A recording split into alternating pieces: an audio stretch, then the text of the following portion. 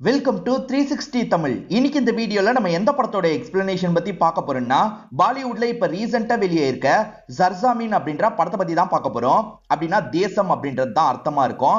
இது ஒரு பக்காவான த்ரில்லர் படம்னு சொல்லலாம். ஸ்டார்டிங்ல இருந்து எண்டிங் வரைக்கும் சூப்பரா கொண்டு போயிருப்பாங்க. இந்த படத்துல பிருத்திவிராஜுக்கு கஜோல் ஜோடியா நடிச்சிருப்பாங்க.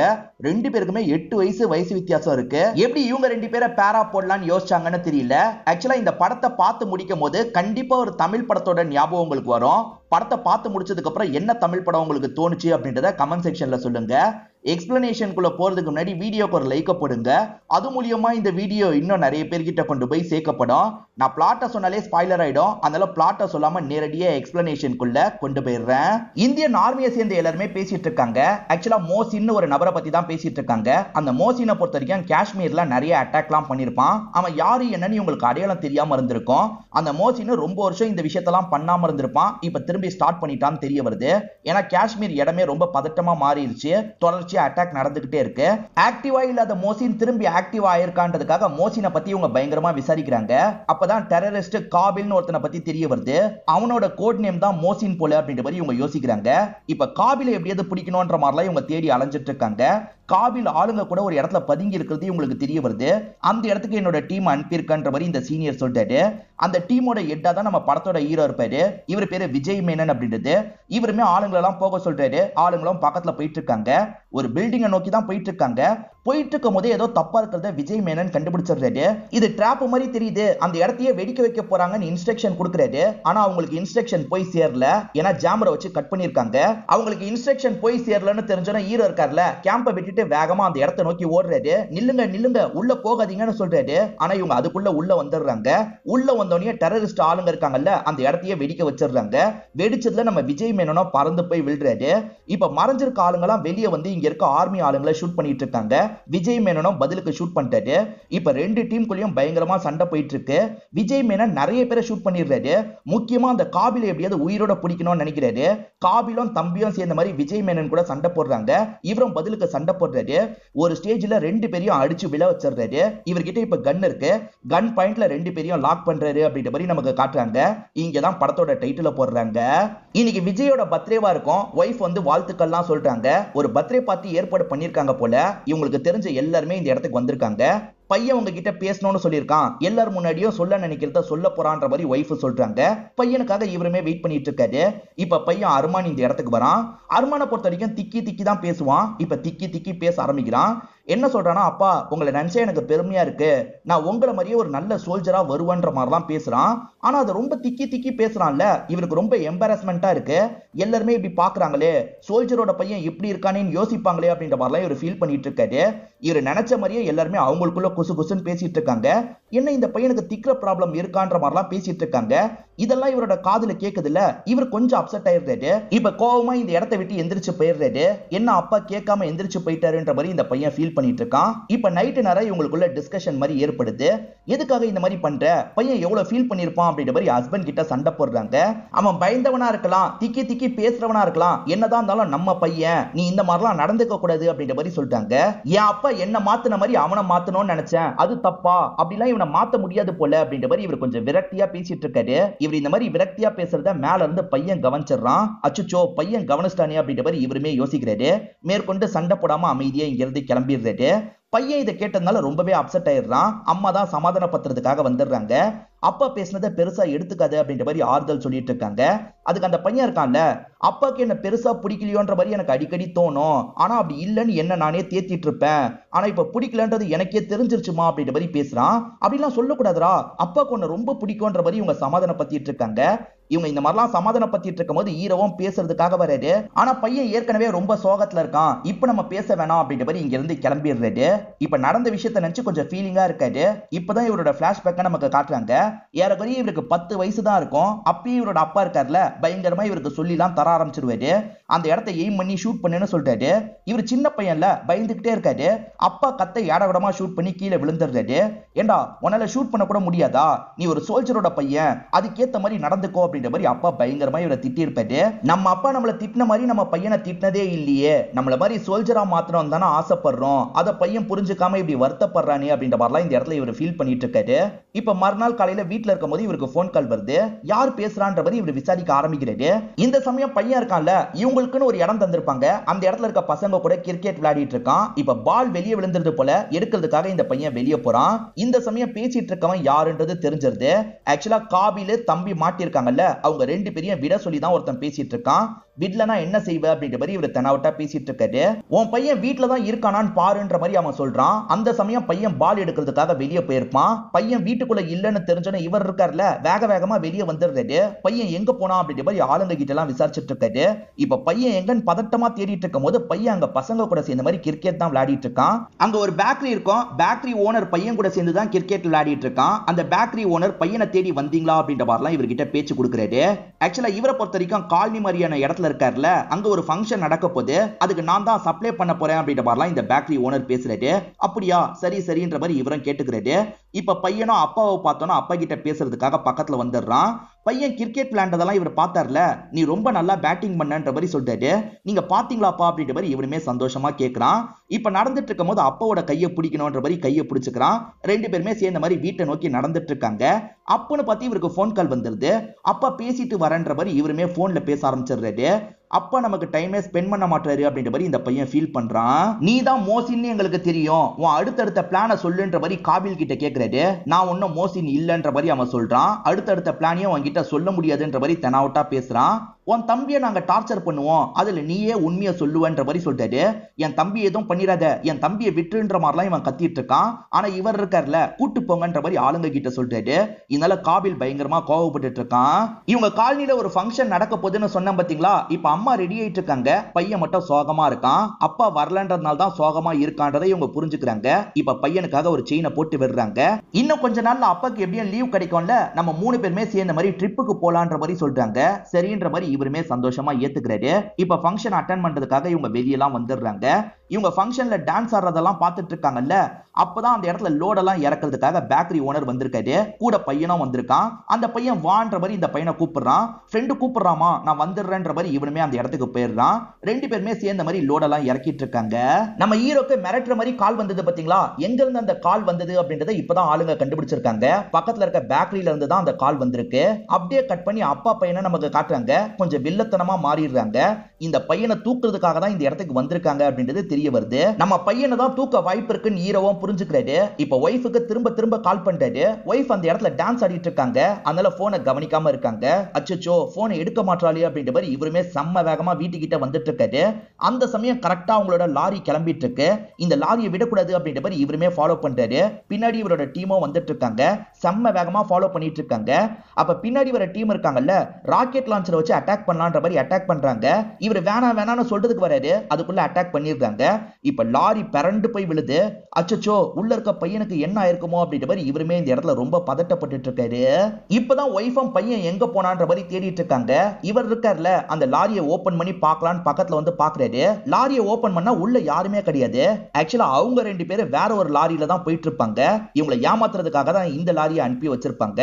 அப்ப பையனை வேற லாரியில கூட்டு போயிருக்காங்கன்னு இவர் புரிஞ்சுக்கிறாரு. பையனுக்கு இவங்க தந்தாங்கல்ல, அந்த செயின் கீழே விழுந்து கிடக்குது.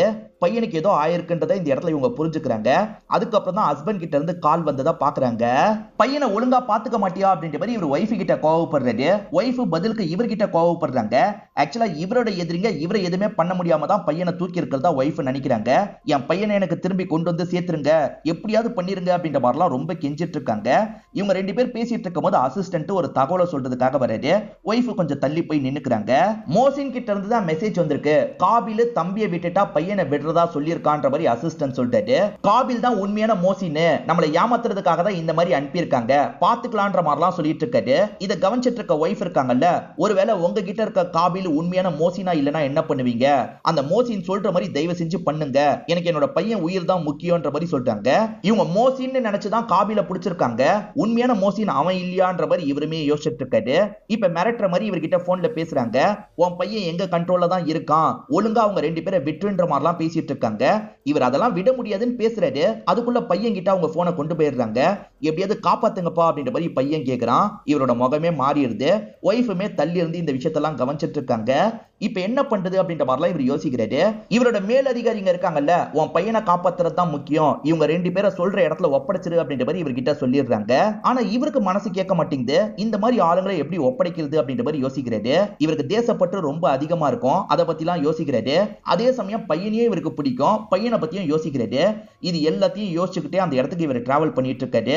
இவரு இவரோட அசிஸ்டன்ட் இன்னும் சிலர் மட்டும் தான் அந்த இடத்துக்கு டிராவல் பண்ணி போயிட்டு இருக்காங்க. கூட அந்த ரெண்டு பேரையும் கூட்டு தான் வந்திருக்காங்க. லாங்ல பையன் நின்னுட்டு இருக்கறதை இவங்க பாத்துறாங்க. போங்கன்ற மாதிரி இவங்க ரெண்டு பேரையும் அனுப்புறாங்க. அதுல காபில் இருக்கான்ல, பாத்தியா நீயே உன் கையால விட்டுட்டு அப்படின்ற மாதிரி கொஞ்சம் நக்கல் பண்ணிட்டு போறான். இவருக்கு பயங்கரமா கோவம் வருது. இந்த மாதிரி ஒருத்தனை நம்ம விட்டுட்டுமே, என் தேசத்துக்காக நான் எதுனால செய்வேன்னு சத்திய பிரமாணம் எடுத்துமே அப்படின்ற மாதிரிலாம் ஃபீல் பண்ணிட்டு இருக்காரு. இந்த சைடு மெகர் இருக்காங்கல்ல, பையன் எப்போ வருவான்ற மாதிரி வெயிட் பண்ணிட்டு இருக்காங்க. அப்ப ஹஸ்பண்ட் ஜீப் வருது. இவங்களுமே பாக்குறதுக்காக வேகமா வாசல் கிட்ட வராங்க. பார்த்தா ஹஸ்பண்ட் மட்டும் தான் வந்திருக்காரு. பையன் கூட வரல. பையனுக்கு என்னாச்சு அப்படின்ற மாதிரிலாம் இவங்க கேக்குறாங்க. இப்பதான் நடந்த விஷயத்தை நமக்கு காட்டுறாங்க. அவனுங்க ரெண்டு பேர் நடந்து போயிட்டு இருந்தாங்கல்ல, இவர் ஒரு ஸ்டேஜ்ல கன் எடுத்து அவங்க ரெண்டு பேரையும் ஷூட் பண்றாரு. அவங்க ரெண்டு பேரை ஷூட் பண்ணிட்டா பையன் கிடைக்க மாட்டான்னு அசிஸ்டன்ட் தடுக்க பாக்குறாரு. ஆனா இவர் கேட்காம ரெண்டு பேரையும் ஷூட் பண்றதுக்கு ட்ரை பண்றாரு. ஆனா தம்பி மேல மட்டும் தான் புல்லட் பட்டிருக்கும். காபில் தப்பிச்சிடுறாரு. தம்பி மட்டும் இறந்து போயிடுறான். பதிலுக்கு அவங்களுமே ஷூட் பண்றாங்கல்ல, அதனால ஹீரோவும் டீமும் இங்க இருந்து கிளம்புறாங்க. நீ பெரிய முட்டாள்தனம் பண்ணிட்டேன்னு ஹீரோக்கு கால் பண்ணி சொல்றாங்க. எனக்கு என்னோட பையனை விட தேசம் தான் முக்கியன்ற மாதிரி இவர் பேசுறாரு. அப்போ உன் பையன் செத்துட்டான்னு நினைச்சுக்கோ அப்படின்ற மாதிரி கன்னை வச்சு எதிர் சைட்ல ஷூட் பண்றாங்க. பையன் இறந்து போயிட்டான் அப்படின்றது இவருக்குமே புரியுது.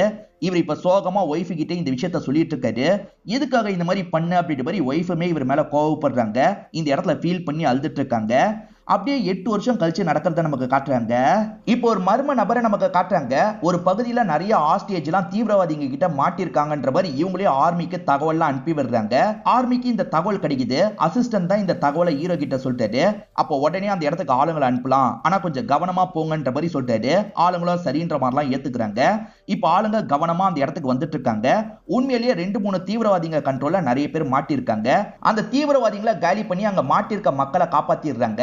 இப்ப அந்த மக்கள் கிட்ட டீடைல் எல்லாம் வாங்கிட்டு இருக்காங்க. சரி, யார்கிட்ட இருந்து தகவல் வந்ததுன்னு ஹீரோ கேக்குறாரு. சார், சரியா யார்கிட்ட இருந்து தகவல் வந்ததுன்னு கண்டுபிடிக்க முடியலன்ற மாதிரி அசிஸ்டன்ட் சொல்றாரு.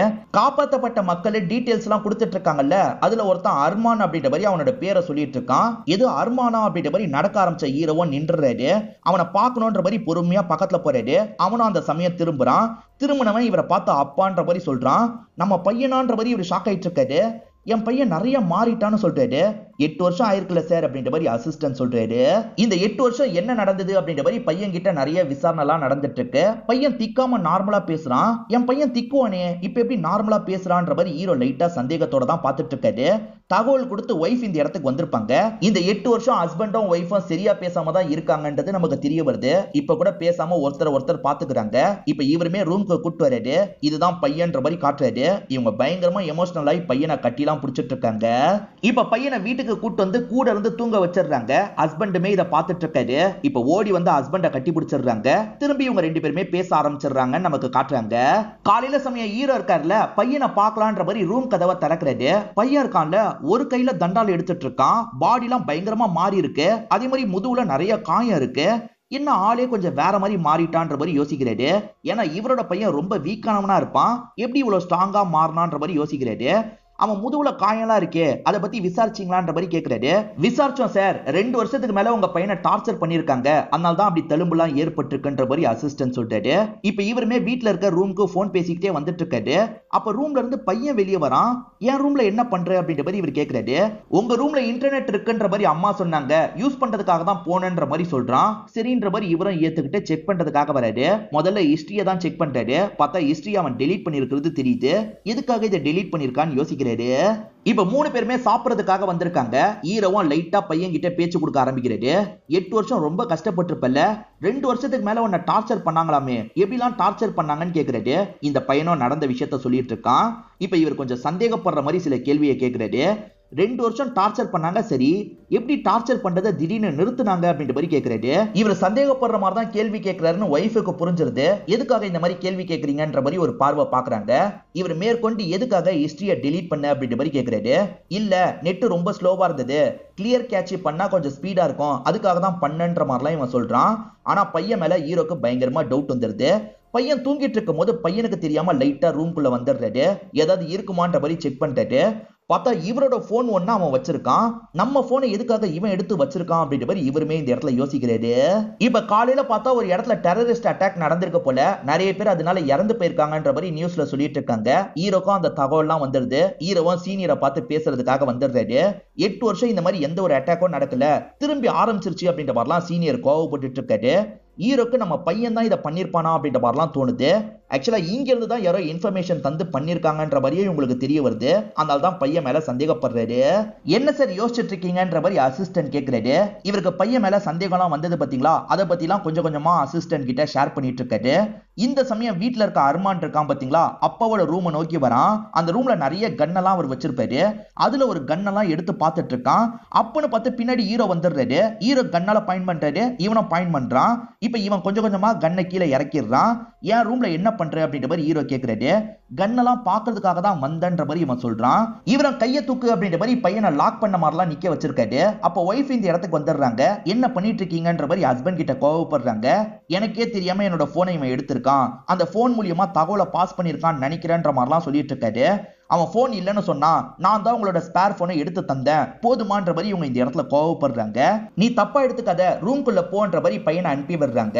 இவன் உங்க பையனே இல்லன்ற மாதிரி நீங்க நம்புறீங்க, அதனால தானே டிஎன்ஏ டெஸ்ட் எடுத்திருக்கீங்க, ரிசல்ட் வந்துருச்சு, இவன் உங்களோட பையன் தான் அப்படின்ற மாதிரி இவங்களுமே ரிப்போர்ட்டை இவர்கிட்ட தந்துட்டு போறாங்க. இவர் ஒய்ஃபுக்கு தெரியாம ரிப்போர்ட்டுக்கு கொடுத்திருக்காரு போல. வந்திருக்கிறது இவரோட பையன்றது கன்ஃபார்ம் ஆயிருது. நம்ம தான் தேவையில்லாம சந்தேகப்பட்டிருக்கோம் போலன்ற மாதிரி யோசிக்கிறாரு. இதை பத்தி எல்லாம் இவரோட அசிஸ்டன்ட் கிட்டயும் இவர் ஷேர் பண்ணிட்டு இருக்காரு. இப்ப எப்படி பேச ஆரம்பிக்கிறது, எனக்கு ஒரு மாதிரி கஷ்டமா இருக்குன்ற மாதிரி சொல்லிட்டாரு.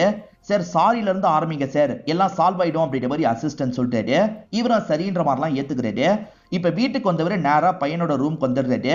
படுத்துட்டு இருக்க பையனை எழுப்புறாரு. நான் அப்படி நடந்துகிட்டதுக்காக என்ன மன்னிச்சிரு, சாரி, ஒரு ஆர்மி ஆபீசர் மாதிரி நடந்துகிட்டேன், ஒரு அப்பா மாதிரி நடந்திருக்கணும் அப்படின்ற மாதிரிலாம் ஃபீலிங்கா பேசுறாரு. இப்ப பையன் இருக்கான்ல, சின்ன வயசுல பிடிச்ச மாதிரியே அப்பாவோட கையை பிடிக்கிறான். அப்பா ட்ரிப்புக்கு போலான்ற மாதிரி கடைசியா நம்ம பிளான் போட்டு வச்சோம்ல, அந்த ட்ரிப்புக்கு போலாமா அப்படின்ற மாதிரி கேட்கிறான். இவருமே ஏத்துக்கிறாரு. இப்ப மறுநாள் இவங்களுமே ட்ரிப்புக்காக கிளம்பிட்டு இருக்காங்க. இப்ப எல்லாருமே கிளம்பி கதவை சாத்துறாங்கல்ல, அப்பதான் அங்க இருக்க ஒரு கன்னு மிஸ் ஆகுது. இவன் ஏற்கனவே எடுத்து வைக்கணும்னு நினைச்ச கன்னை தான் இவன் எடுத்து வச்சிருக்கான் போல. இப்ப யாருக்கோ போயிட்டு இருக்க இடத்த மெசேஜ்ல அனுப்பி விட்டுட்டு இருக்கான். இவன் தப்பானவன் தான் அப்படின்றத இப்பதான் நமக்கு ரிவீல் பண்றாங்க. ஆக்சுவலா இவங்களுக்குன்னு ஒரு கெஸ்ட் ஹவுஸ் இருக்கும், அந்த கெஸ்ட் ஹவுஸ்ல தான் இருக்காங்க. இந்த பையனுமே சில விஷயங்களை யோசிச்சு பாக்குறான். எப்படியும் அப்பா நம்மளை காப்பாத்தி கூட்டு போயிடுவாரு அப்படின்ற மாதிரிலாம் இந்த பையன் வெயிட் பண்ணிட்டு இருந்திருப்பான். ஆனா ஹீரோ இருக்கார்ல, அந்த மாதிரி ஒரு விஷயத்த பண்ணிட்டு போயிருப்பாரு. ஹீரோ கடைசியா பேசினதை ரெக்கார்ட் பண்ணி வச்சிருப்பாங்க. எனக்கு என்னோட நாடு தான் பையனை விட முக்கியன்ற மாதிரி சொல்லியிருப்பாரு. அதை இந்த பையனுக்கு திரும்ப திரும்ப இவங்க போட்டு காமிச்சிட்டு இருக்காங்க. அந்த காபில் இருக்கான்ல, இந்த பையனோட பேரை மாத்திடுறான், உசைன் அப்படின்ற மாதிரி தான் கூப்பிடுறான். கொஞ்சம் கொஞ்சமா இவனை வேற மாதிரி மாத்த ஆரம்பிக்கிறான். உன்னோட அப்பா நீ வீக்குன்னு நினைக்கிறாரு, நீ வீக் இல்லன்னு நான் முழுசா நம்புறேன், நீ வீக் இல்ல தானேன்னு கேட்கிறாரு. ஆமா நான் வீக் இல்லன்ற மாதிரி இந்த பையன் சொல்றான். இந்த அர்மானுமே ஸ்கூல்ல நடந்த ஒரு விஷயத்தை யோசிச்சு பாக்குறான். ஆக்சுவலா இவன் வீக்கா இருக்கிறதுனால எல்லாருமே இவனை புள்ளி பண்ணிக்கிட்டே இருப்பாங்க. எல்லாருமே சேர்ந்து இவனை போட்டு அடிக்கிறாங்க. இவனும் அடி வாங்கி அமைதியா இருக்கான். இப்ப அப்பாக்கு இந்த விஷயம்லாம் தெரிய வந்துருது இல்ல, எதுக்காக திரும்பி ஒரு அடி கூட அடிக்கல அப்படின்ற மாதிரி பையன் கிட்ட கேட்கிறாரு. பையனுக்கு என்ன சொல்றதுன்னே தெரியல, திக்கி திக்கி பேசிட்டு இருக்கான். இத பாக்குற அப்பாக்கு பயங்கரமா கோவம் வருது. இங்க இருந்து எந்திரிச்சு போயிடுறாரு. உன்னோட அப்பா வேணா உன்னை வீக் ஆனவனா பாத்துருக்கலாம், ஆனா நான் உன்னை வீக் ஆனவனா பாக்கல, நீ ரொம்ப ஸ்ட்ராங் ஆனவன், உன்னை ஸ்ட்ராங் ஆனவனா மாத்துறது என்னோட வேலைன்ற மாதிரிலாம் சொல்லிட்டாரு. இவனுக்கு பயங்கரமா ஒர்க் அவுட்லாம் இவர் சொல்லி தந்துட்டு இருக்காரு, எக்ஸசைஸ் எல்லாம் பண்ண வைக்கிறாரு. அப்படியே கொஞ்சம் கொஞ்சமா இவனோட மைண்டை மாத்துறாரு. நாங்க பண்றது நல்ல காரணத்துக்காக தான் பண்றோம், அதுக்கு உன்னோட அப்பா தான் தடையா இருக்காரு, நீ எங்கள்ல ஒருத்தனா மாறுன்ற மாதிரிலாம் மாத்திடுறாரு. இப்ப இந்த அர்மான் கையாலேயே அப்பாவை போட்டு தள்ளுறதுக்காக தான் அர்மான் அந்த இடத்துக்கு அனுப்பி வச்சிருக்காங்க. அப்பா மேல இவன் செம்ம கோவத்துல இருக்கான். இங்க 3 பேருமே சேர்ந்து எடுத்த மாதிரி ஒரு போட்டோ இருக்குல்ல, அந்த அப்பாவை மட்டும் கிழிச்சு இவன் நெருப்புல எரிய போடுறான். ஆனா வெளியே மட்டும் அப்பா கிட்ட சிரிச்சு பேசுற மாதிரிலாம் இவன் நடிச்சிட்டு இருக்கான். அப்படியே கட் பண்ணி ஹீரோவோட அசிஸ்டன்ட் நமக்கு காட்டுறாங்க. இந்த பையன் யூஸ் பண்றான்ல, அந்த போனை ட்ராக் பண்றதுக்கான ஏற்பாடு பண்ணிருப்பாரு. அவன் பண்ற மெசேஜ் முதற்கொண்டு இவங்களுக்கு தெரிஞ்சிருது. அவன் பெருசா ஏதோ பிளான் போடுறான், அவன் தப்பானவன்றது இவங்களுக்கு தெரிஞ்சிருது. இப்போ உடனே வீட்டுக்கு கால் பண்ணிட்டாரு. வீட்டுல இருக்கவங்களும் அவங்க ட்ரிப்புக்கு போயிருக்க போயிருக்காங்கன்னு சொல்றாங்க. அங்க போன் இருக்குமான்னு கேக்குறாரு. அங்க போன் இல்ல, ஃபேக்ஸ் மிஷின் தான் இருக்குன்ற மாதிரி சொல்றாங்க. சரி உடனே ஃபேக்ஸ் அனுப்பி வைப்போம் அப்படின்ற மாதிரி இவரும் அனுப்ப ஆரம்பிக்கிறாரு. அந்த ஃபேக்ஸ் மிஷின்ல பேப்பர் வர மாதிரி இருக்கு. ஆனா அதுக்குள்ள அப்பாவும் பையனும் சுத்தி பார்க்கிறதுக்காக வெளியே போலான்ற மாதிரி கிளம்பிடுறாங்க. அதுக்கப்புறம் தான் பேப்பர் வர மாதிரி நமக்கு காட்டுறாங்க. இப்ப நடந்து வந்துட்டு இருக்கும் போது இந்த பையன் இருக்கான்ல, சட்டுன்னு அப்பாவை நோக்கி கண்ணை காட்டுறான். அப்பாவும் ஷாக் ஆயிடுறாரு. இப்ப மெகர் எதர்ச்சியா இந்த ஃபேக்ஸ் மிஷின்ல வந்திருக்க பேப்பரை பாக்குறாங்க. படிச்சு பார்த்தவங்க ஷாக் ஆயிடுறாங்க. உடனே அவங்களை தேடி போனோன்ற மாதிரி ஓடிட்டு இருக்காங்க. அதே சமயம் ஹீரோவோட அசிஸ்டன்ட் இருக்கார்ல, ஒரு டீமை கூட்டிட்டு இந்த இடத்துக்கு வந்துட்டு இருக்காரு. நீங்க என்னைக்குமே என்ன பையனா பார்த்தது இல்லப்பா, பையன் மாதிரி நடத்தினது இல்லப்பா, உங்களை விட மாட்டேன்ற மாதிரி ஷூட் பண்றதுக்காக வரான். ஆனா அதுக்குள்ள பின்னாடி இருந்து யாரோ இழுக்குறாங்க.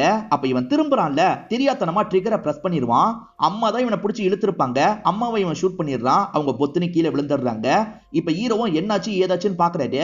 அம்மாவை தெரியாம ஷூட் பண்ணிட்டுமேன்ற மாதிரி இந்த பையன் பதட்டப்பட்டு இருக்கான். அப்பதான் ஹீரோவோட அசிஸ்டன்ட் டீமோட வந்துடுறாரு.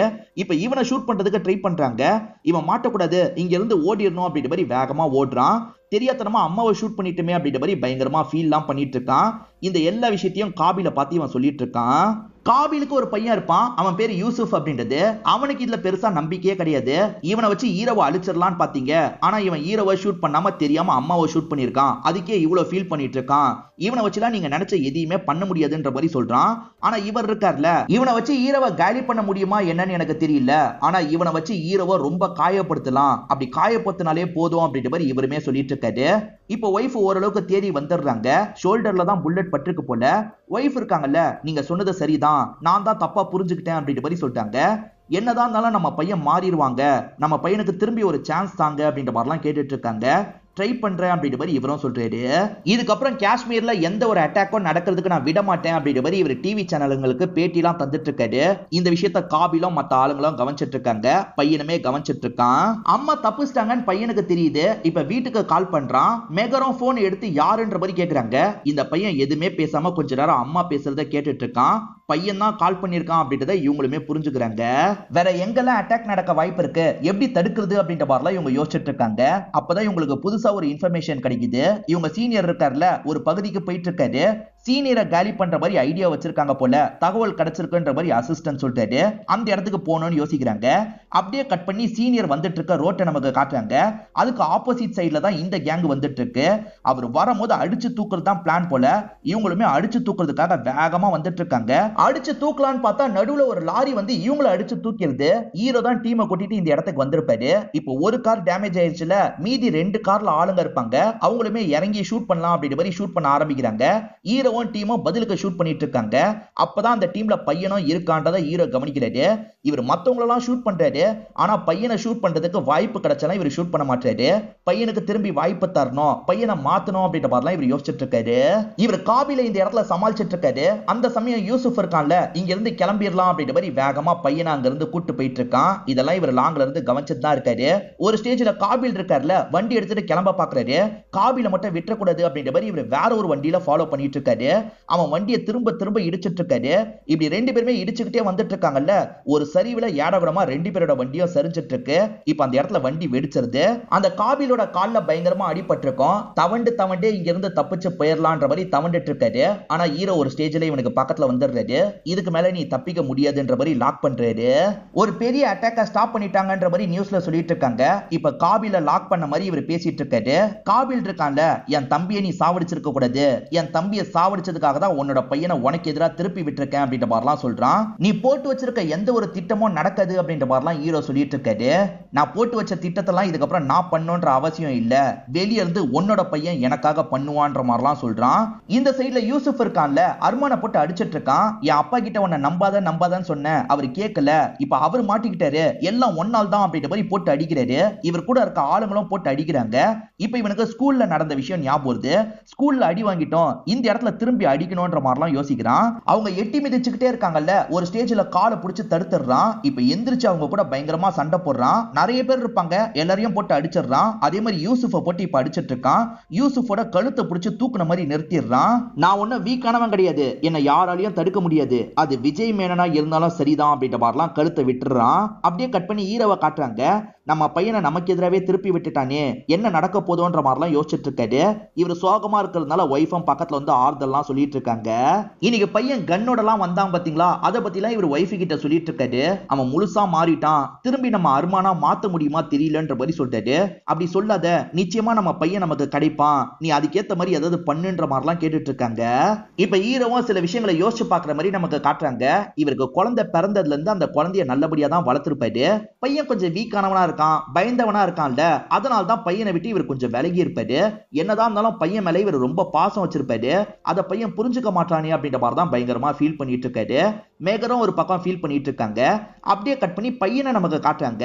அந்த பையன் இவனோட யங்கர் வெர்ஷன் கிட்ட பேசுறான், அதாவது கற்பனையில பேசுறான். நீ உன் அப்பாவையே சாவடிக்க போறியான்ற மாதிரி இந்த சின்ன பையன் கேட்கிறான். ஆமான்ற மாதிரி இந்த பெரிய பையன் சொல்லிட்டு இருக்கான். இப்பதான் சின்ன வயசுல அம்மா சொன்னது இவனோட மைண்டுக்குள்ள ஓடிட்டு இருக்கு. அப்பாவுக்கு உன்னை ரொம்ப பிடிக்கும், அந்த விஷயத்தை நீ ஒரு நாள் புரிஞ்சுப்ப அப்படின்ற மாதிரிலாம் சொல்லியிருப்பாங்க. அந்த நாள் வரவே போறது இல்லைன்ற மாதிரிலாம் இவன் யோசிச்சுட்டு இருக்கான். இன்னைக்கு டேமோட ஓப்பனிங் ஃபங்க்ஷன் நடக்க போது. இவங்க சீனியரா ஒருத்தர் இருப்பார்ல, அவர் தான் ஓபன் பண்ணி வைக்கிற மாதிரி பிளான் இருக்கு. இப்பதான் இவங்களுக்கு ஒருத்தங்கிட்ட இருந்து தகவல் கிடைச்சிருக்கு. அது என்னன்னா, இந்த இடத்துல அட்டாக் பண்ண போறாங்க, நிறைய பேரை சாவடிக்க போறாங்கன்னு தான் தகவல் கிடைச்சிருக்கு. இது தெரிய வந்தோன்னா ஹீரோ கொஞ்சம் பதட்டமாயிருந்தாரு. இப்ப வேகமா கிளம்பி அந்த ஸ்பாட்டுக்கு வந்துடுறாரு. இவங்க காபில ஒரு இடத்துல லாக் பண்ணி வச்சு வெளியே பாதுகாப்புக்காக ஆளுங்களை போட்டிருப்பாங்க. அந்த ஆளுங்களை எல்லாம் ஒரு மர்ம நபர் அட்டாக் பண்ணி உள்ள வரதை நமக்கு காட்டுறாங்க.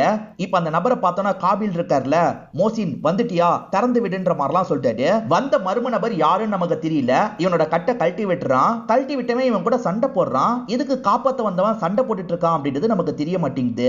சீனியர் எல்லாம் ஓகே தானேன்னு கேட்கிறாரு. ஹீரோவும் ஓகேன்னு போய் சொல்லிட்டாரு. ஏன்னா சர்ச் பண்றதுக்கு ஆளுங்களை அனுப்பியிருக்காரு. ஆளுங்களுமே செக் பண்ணி பாக்குறாங்க. அந்த டேமோட வீக்கான பாயிண்ட தான் செலக்ட் பண்ணி வச்சிருக்காங்கன்றது உங்களுக்கு தெரிய வருது. சார் அந்த இடத்துல பாம்பு வச்சிருக்காங்க போல அப்படின்ற மாதிரிலாம் இவர் சொல்லிட்டு இருக்காரு. இதை கேட்டுட்டு இருக்கும் போதே ஹீரோ கூட்டத்துல பையன் வரத கவனிக்கிறாரு. பையன் இங்கதான் இருக்கானா, அமுக்கணும்ன்ற மாதிரிலாம் யோசிக்கிறாரு. ஒரு மர்ம நபர் சண்டை போட்டான்னு சொன்னா பாத்தீங்களா, அது யாருன்றதை இங்கதான் ரிவீல் பண்றாங்க. வேற யாரும் கிடையாது, மெகரா தான் இருப்பாங்க. மெகர் எதுக்காக இவன் கூட சண்டை போடுறதுக்கு வந்தாங்கன்னு ஒரு கேள்வி வருது. இப்ப சீனியர் மேடையில பேசுறதுக்காக வந்துடுறாரு. இப்ப ஹீரோ இருக்கார்ல, பையன் ஓடி போயிட்டு இருக்கிறத கவனிக்கிறாரு. அவனை பிடிக்கணும்ன்ற மாதிரி பக்கத்துல இருக்க ஃபேக்டரியை நோக்கி ஓடிட்டு இருக்காரு. இவர் உள்ள வராரு. அந்த இடமே புகமூட்டமா இருக்கு. அப்ப பின்னாடி இருந்து பையன் வந்து இவர் அட்டாக் பண்ண ஆரம்பிக்கிறான். இப்ப ரெண்டு பேருமே இந்த இடத்துல பயங்கரமா சண்டைலாம் போட்டுட்டு இருக்காங்க. இந்த சீனியர் பேசிட்டு இருக்காருல, அதுக்கு பக்கத்துல தான் பாம்பு இருக்குன்ற மாதிரி நமக்கு காட்டுறாங்க. இன்னும் 5 நிமிஷம் தான் டைம் இருக்கு. இங்க மெகர் இருக்காங்கல்ல, காபில போட்டு பயங்கரமா அடிச்சிட்டு இருக்காங்க. மெகர் பாகிஸ்தானியா இருப்பாங்க. அப்பா அம்மாவை சின்ன வயசுலயே இழந்திருப்பாங்க. உன் அப்பா அம்மாவை நீ இழந்ததுக்கு காரணம் இந்தியர்கள் தான், அவங்களை ஏதாவது பண்ணணும் அப்படின்ற மாதிரி இவன் இருக்கான்ல, மேனிபுலேட் பண்ணி தான் மெகரை மாத்திருப்பான். ஆக்சுவலா மெகரோட பேர் தான் மோசினா இருக்கும். இவன் சொல்றதை கேட்டு நிறைய தப்பு பண்ணிருப்பாங்க. ஆனா அவன் நம்மள மேனிபுலேட் பண்றான், அவன் சொல்றது உண்மை இல்லைன்றதை இவங்க புரிஞ்சுப்பாங்க. அதுக்கப்புறம் தான் விஜயை பார்த்து லவ் பண்ணி கல்யாணம் பண்ணிருப்பாங்க. இந்த விஷயத்தை டோட்டலா ஸ்டாப் பண்ணிருப்பாங்க. நீ மொத்தமா அவங்க ஆளாவே மாறிட்ட, அதனால தான் உன் பையனை பிளான் பண்ணி தூக்குன. ஒன்ன மாதிரி அவன் இருக்க மாட்டான், நான் அந்த அளவுக்கு அவனை மேனிபுலேட் பண்ணிருக்கேன். கண்டிப்பா அவன் கையால அவன் அப்பாவை சாவடிப்பான் அப்படின்ற மாதிரிலாம் சொல்லிட்டு இருக்காரு. இப்ப பையனும் அப்பாவை போட்டு பயங்கரமா அடிச்சிட்டு இருக்க மாதிரி காட்டுறாங்க. இதெல்லாம் கேட்டுட்டு இருக்க மெகர் இருக்காங்கல்ல, என் பையன் அப்படி பண்ண மாட்டான், என் பையன் கண்டிப்பா அப்படி பண்ண மாட்டான்ற மாதிரி சொல்லிட்டாங்க. ஒரு ஸ்டேஜ்ல அப்பா அடிச்சதுல பையன் கீழே விழுற மாதிரி போறான். அப்பாவும் பையனை காப்பாத்தணும் அப்படின்ற மாதிரி கையெல்லாம் கொடுக்குறாரு. இந்த நேரத்துல கூட ஹெல்ப் பண்றாரு அப்படின்ற மாதிரி ஒரு பார்வை பாக்குறான். மாறிட்டான்னு நினைப்போம், ஆனா அதுதான் கிடையாது. சட்டுன்னு அப்பாவையே இழுத்துட்டு கீழே போய் விழுறான். இன்னமும் அப்பா கூட சண்டை தான் இவன் போட்டுட்டு இருக்கான். அந்த பாம்புக்கான பட்டன் இங்கே தான் இருக்கும். அதை பிரஸ் பண்ணலான்னு இவன் வேகமா போக பாக்குறான். அதுக்குள்ள ஹீரோ கன் எடுத்துறாரு. அசையாது அப்படின்ற மாதிரி இவனை பாயிண்ட் பண்றாரு. இவனுமே அப்பாவை பார்த்த மாதிரி நிக்கிறான். இப்பயே நீங்க முடிவு பண்ணோம், நாடு முக்கியமா நான் முக்கியமா, ரெண்டாவது வாட்டி முடிவு பண்ணுங்கன்னு சொல்றான். இவர் இருக்கார்ல, எனக்கு நாடு ரொம்ப முக்கியம், அதுக்கு நீ முக்கியம் கிடையாதுன்னு அர்த்தம் கிடையாது, புரிஞ்சுக்கோன்ற மாதிரி பையன் கிட்ட எமோஷனலா பேசிட்டு இருக்காரு. இந்த வாட்டி நீ தான் முடிவெடுக்க போற, இந்த கன்னு என்ன ஷூட் பண்ணிட்டு நீ என்ன பண்ணுமோ பண்ணிக்கோ அப்படின்ற மாதிரி சொல்லிட்டாரு. ஒரே ஒரு விஷயம் புரிஞ்சுக்கோ, உனக்கு அப்பா மேல கோபம் இருக்கலாம், ஆனா இந்த நாட்டு மேல நீ கோவப்படுறதுக்கு எந்த ஒரு காரணமும் கிடையாது. என் மேல தானே கோபம், என்ன ஷூட் பண்ணிக்கோன்ற மாதிரி சொல்லிட்டாரு. இதனால இந்த பையன் இந்த இடத்துல பயங்கர எமோஷனல் ஆயிட்டு இருக்கான். இவனுமே ஷூட் பண்ற மாதிரிலாம் பாயிண்ட் பண்ணிட்டு இருக்கான். ஆனா இவரை ஷூட் பண்றதுக்கு கன் எடுத்திருக்க மாட்டான். பின்னாடி வந்த யூசுஃபை ஷூட் பண்றதுக்கு தான் கன் எடுத்திருப்பான். அதுக்குள்ள யூசுஃப் இவனை ஷூட் பண்ணிடுறான். இப்ப யூசுஃப் வந்து இவங்க ரெண்டு பேரையும் பயங்கரமா போட்டு அடிச்சிட்டு இருக்கான். இவங்க ரெண்டு பேருமே சமாளிக்கிறதுக்கு கஷ்டப்பட்டு இருக்காங்க. ஏற்கனவே நிறைய காயப்பட்டுட்டாங்கல்ல, அதனால தான் சமாளிக்கிறதுக்கு கஷ்டப்படுறாங்க. இப்ப யூசுஃப் கிட்ட கன்னு வேற போயிருக்கு. போயிருது. அப்படியே இந்த இடத்துல காபில நமக்கு காட்டுறாங்க. அப்பவும் பையனும் சேர கூட வாய்ப்பு இருக்கு. அப்ப கூட இந்த பாம்பு வெடிக்கிறத அவங்களால தடுக்க முடியாது. ஏன்னா ஒரு பாஸ்வேர்டு போட்டாதான் அந்த பாம்பை நிறுத்தவே முடியும்ன்ற மாதிரி இவன் சொல்றான். பாஸ்வேர்டு என்னன்ற மாதிரி கேட்டு இவங்களும் அடிச்சிட்டு இருக்காங்க. தன்னோட உயிர் போனாலும் பரவாயில்லன்னு அப்பா நினைச்சார்ல, இதனால பையனோட மனசு மாறிடுது. இப்ப அந்த யூசுப் கிட்ட கன் இருக்குல்ல, ஷூட் பண்றதுக்காக வரான். அதுக்குள்ள இவர் எட்டி கன் எடுத்து அவனை ஷூட் பண்ணிடுறாரு. இப்ப எப்படியாவது பாம்பை நிறுத்தணும் அப்படின்ற மாதிரி பாம்புக்கு பக்கத்துல போயிட்டு இருக்காரு. பிரச்சனை என்னன்னா அந்த இடத்துல பாஸ்வேர்டு கேக்குது. இவருக்கு பாஸ்வேர்டு தெரியல. இந்த காபில் என்ன அடிச்சாலும் பாஸ்வேர்டை சொல்ல மாட்டான். ஆனா இவங்களே பாஸ்வேர்டை கெஸ் பண்ணிடுறாங்க. இந்த காபிலுக்கு தம்பினா ரொம்ப பிடிக்கும். அவனோட பேர் தான் பாஸ்வேர்டுன்னு புரிஞ்சுக்கிறாங்க. இப்ப போன் எடுத்து இவங்க சொல்லணும்னு நினைக்கிறாங்க. ஆனா அதுக்குள்ளே இவன் கன்னை வச்சு ஷூட் பண்ணிடுறான். பொத்துன்னு கீழே விழுந்துடுறாங்க. இருந்தாலுமே போன் எடுத்து இவங்க பாஸ்வேர்டை அனுப்பிடுறாங்க. பையன் பாஸ்வேர்டு என்னன்னு தெரியலன்னு முடிச்சிட்டு இருக்கான்ல, அப்ப அப்பா பக்கத்துல வந்து இதுதான் பாஸ்வேர்டுன்னு காட்டுறாரு. ஒய்ஃப் கிட்ட இருந்து மெசேஜ் வந்திருக்கும், அதுதான் காட்டுறாரு. இது மூலியமா பாஸ்வேர்டு கிடைச்சிருது இல்ல, பாஸ்வேர்டை போட்டு இவங்களுமே பாம்பு வெடிக்கிறத ஸ்டாப் பண்ணிடுறாங்க. ஹீரோக்கும் டீமுக்கும் அடிக்கடி யார்கிட்ட இருந்தோ தகவல் கிடைச்ச மாதிரி காமிச்சாங்கல்ல, அப்பயே ஹீரோ என்ன சொல்லியிருப்பாருன்னா, அவன் டீம்ல இருந்து யாரோ நமக்கு சப்போர்ட் பண்ணிட்டு இருக்காங்க, அது யாரு என்னன்னு தெரியல, கொஞ்சம் விசாரிங்கன்ற மாதிரி சொல்லியிருப்பாரு. ஆளுங்க பேரலா அந்த விசாரணை எல்லாம் பண்ணிருப்பாங்க. அந்த விசாரணையோட முடிவுல யாருன்றதை கண்டுபிடிச்சிருக்காங்க. வேற யாரும் கிடையாது, மெகர் தான் அந்த இன்ஃபர்மேஷன்லாம் தந்திருப்பாங்க. மெகரே டெரரிஸ்டா இருந்திருக்காங்கன்னு இத்தனை வருஷம் ஹீரோக்கு தெரிஞ்சிருக்காது. காபிலும் மெகரும் மாத்தி மாத்தி ஷூட் பண்ணாங்கல்ல, ரெண்டு பேருமே இறந்து போயிருப்பாங்க. அதாவது ஹீரோவோட ஒய்ஃப் பிரசன்ட்ல இறந்து போயிட்டாங்கன்னு நமக்கு காட்டுறாங்க. அதுக்கப்புறம் தான் அவங்க சீக்கிரட்டா யூஸ் பண்ண இடத்தெல்லாம் வந்து பாக்குறாரு. அந்த இடத்துல ஒரு லெட்டர் வச்சிருக்காங்க. நம்ம அருமானை எப்படி மேனிபுலேட் பண்ணாங்களோ அதே மாதிரி தான் சின்ன வயசுல பேசி என்னையும் மேனிபுலேட் பண்ணி இந்த தப்பெல்லாம் பண்ண வச்சாங்க. என்னைக்கு உன்னை பார்த்தனோ நான் டோட்டலா மாறிட்டேன், என்ன மன்னிச்சிரு அப்படின்ற மாதிரி தான் எழுதி வச்சிருக்காங்க. இத பத்தி பையன் கிட்ட இவர் ஷேர் பண்ணிட்டாரு. பையனோ இதெல்லாம் யோசிச்சு பார்த்து ஃபீல் பண்ணிட்டாரு. ஆனா இந்த இந்தியாவை பொறுத்த வரைக்கும் மெகர் ஒரு தீவிரவாதின்றதை வெளிப்படுத்த மாட்டாங்க. அவங்க சாதாரணமா ஆக்சிடென்ட்ல இறந்து போயிட்டாங்கன்ற மாதிரி கொண்டு வந்துடுறாங்க. இதோடயே இந்த படத்தை நமக்கு முடிச்சிடுறாங்க. இந்த படத்தை பார்க்கும்போது கண்டிப்பா கோட் படம் உங்க எல்லாருக்குமே ஞாபகம் வந்திருக்கும்னு நினைக்கிறேன். எனக்கு பார்க்கும்போது அப்படிதான் தோணுச்சு. இந்த படத்தோட எக்ஸ்பிளனேஷன் உங்களுக்கு பிடிச்சிருக்கும்னு நம்புறேன். திரும்பி வேற ஒரு வீடியோல நம்ம மீட் பண்ணலாம். இன்னும் லைக் பண்ணலன்னா ஒரு லைக்கை போட்டுருங்க.